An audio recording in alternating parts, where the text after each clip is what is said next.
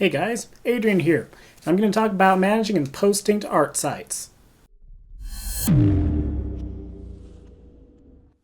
So this is kind of the everything for how you go anywhere with your art on any site on the internet.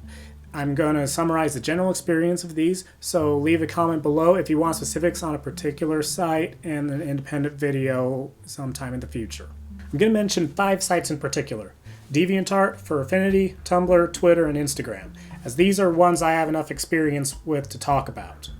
There's also ArtStation, Weasel, and Facebook, but I don't use them enough as I'm not fond of the latter two, and there's kind of a skill level barrier that ArtStation exudes that warrants a bit more time before I give it attention.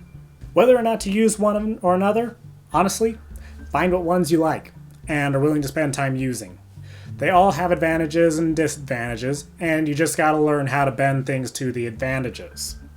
I would consider certain ones galleries and others social media, and I would recommend you have one of both, at minimum. Especially if, say, one tanks and then you're not dead in the water and have to rebuild presence and hope people find you elsewhere. First up, DeviantArt. Probably one of the most well-known sites to post on. Honestly, it's basically the jack-of-all-trades art site, and I can't outright say it has a particular advantage over another. It also is kind of one where you have access to one of its best features only by paying for them. Oh well. Anyways, with DeviantArt, I personally tend to use it as my hub site outside of my main one.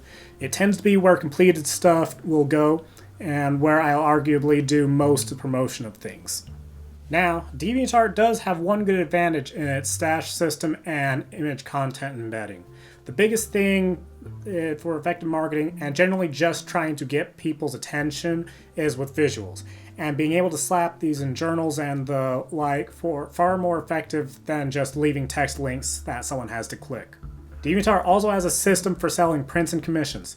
To be honest, I don't use them, and from what I understand of how they work, don't use them. Do your stuff directly with PayPal or Stripe or Square. Cut out DA from the equation so they can't take as much of the cut.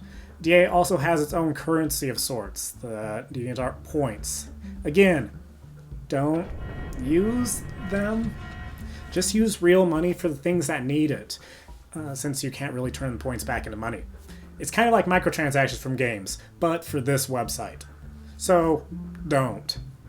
Unless you're under 18 and you're not really authorized to use PayPal or the like yet. But in that case, know the actual cash to point value.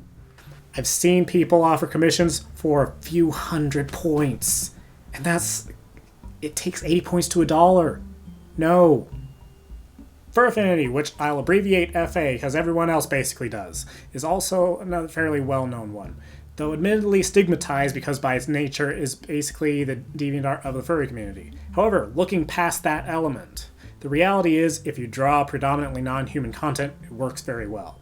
The fact that it is also fairly specialized in that 90% of everything is animal, anthro, etc. actually makes the community relatively tighter.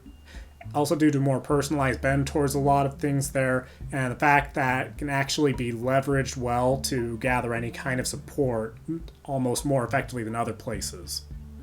Again though, you've got to be able to look past a lot of the obvious things about it to use it well. Unfortunately, it's slightly hampered by its presentation, which is most largely text and HTML with no image embedding, which again is one place where DeviantArt totally wins. In general, FA has an older formatting overall, so to get true mileage out of it, you've got to look up its markup system to use links and the like effectively. That all said, FA actually has a decent commission tab for putting the relevant info right there, so make use of it. And it actually has a native music posting system, so... What? With both being gallery type sites, you get a prominent front page for your account. This is where you really leverage your knowledge of the site's markup systems and the like. Up front, if someone clicks there, you should have a relevant info about yourself, links to whatever is important, whether for commissions, to your own main site, etc. A lot of people fill up the top of their screen with icons and random stuff for days before getting to the important things. If you're just a lurker or gatherer for commissions and art you get, okay. But if you're anywhere from a hobbyist to professional, no. Resist that urge to make it all funny and fancy and not actually important. If someone lands on your page and they have to scroll down to get to the important stuff, wherever you want to direct them towards, more than 50% chance you lose automatically, because people are lazy and they don't want to play hide and seek. Front and center. Cut the funny crap if it's going to overpower the important stuff. I've had some say that they're always open for commissions, but no one knows. That's because you have to have it front and center. That knowledge can't be hidden away behind a need to click a link or a scroll.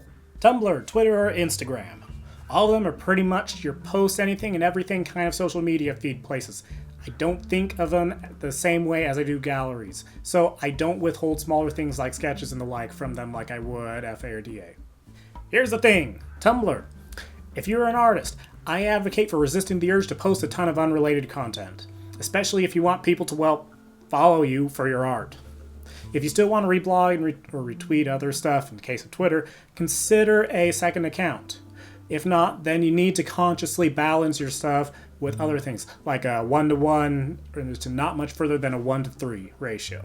If someone's posted more than 10 to 20 things that aren't their art, exception to advertising-related elements or world-building written posts per page, also don't do infinite scroll, please, they don't get a follow. Consequently, this also comes with the benefit of a pretty focused feed that's not full of other stuff.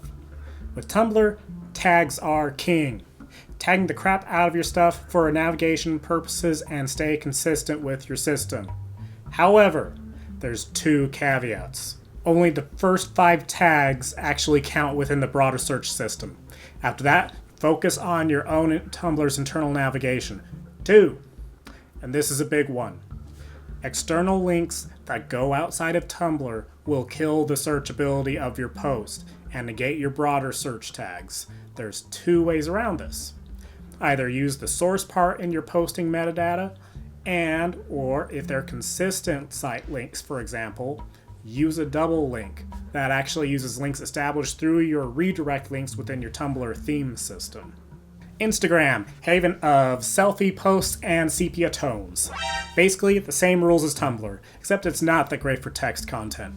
It also doesn't let you use links really at all, and there's no reposting system. People just have to drag, copy, and paste URLs, so getting around on Instagram is really reliant on having people mention you and using your tags well. Twitter. It's kind of in between Tumblr and Instagram, at least for me. Hashtags and retweets are almost the entire key to making anything go anywhere.